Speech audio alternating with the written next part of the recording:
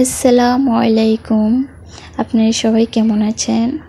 আমিও আল্লাহর রহমতে ভালো আছি।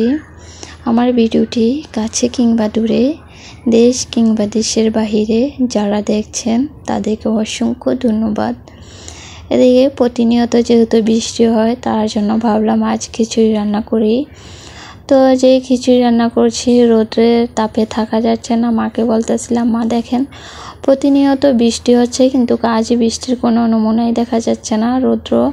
তো মা বলতেছে যে যেহেতু আজ রৌদ্র উঠেছে প্রতিদিন খিচুড়ি রান্না করবা, তাহলে রৌদ্র উঠবে প্রতিনিয়ত। তো যেদিকে কথা বলতে বলতে আমি রান্নার কাছে চলে আসলাম, সব কিছু ধুয়ে ধায়ে পরিষ্কার করে এখন মুরগির পাগুলা ভালোভাবে কষিয়ে নিব। তো মুরগির পা, কলিজা, মাথা রান্না করব খিচুড়ি দিয়ে খাওয়ার জন্য। তো ভাবলাম যে খিচুড়ি যেহেতু বৃষ্টির দিন মুরগির পাগুলা ঝাল ঝাল করে রান্না করি, খেতেও ভালো লাগবে। তো এদিকে আলু আর পাগুলা মুরগির কষিয়ে নিলাম ভালো করে। তো এই যে আমার মাংস, পা, কলিজা সবগুলো একসাথে দিয়েছি, বলক এসে গিয়েছে।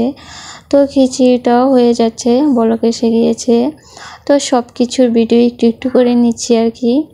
আমার ভিডিওটি যদি ইউটিউব চ্যানেল থেকে দেখে থাকেন প্লিজ সাবস্ক্রাইব করে পাশে থাকবেন। আর পুরাতন আপু ভাইয়াদেরকে অসংখ্য ধন্যবাদ। যদি ফেসবুক পেজ থেকে দেখে থাকেন ফলো দিয়ে পাশে থাকবেন। আজকের ভিডিও এই পর্যন্তই। আল্লাহ হাফিজ।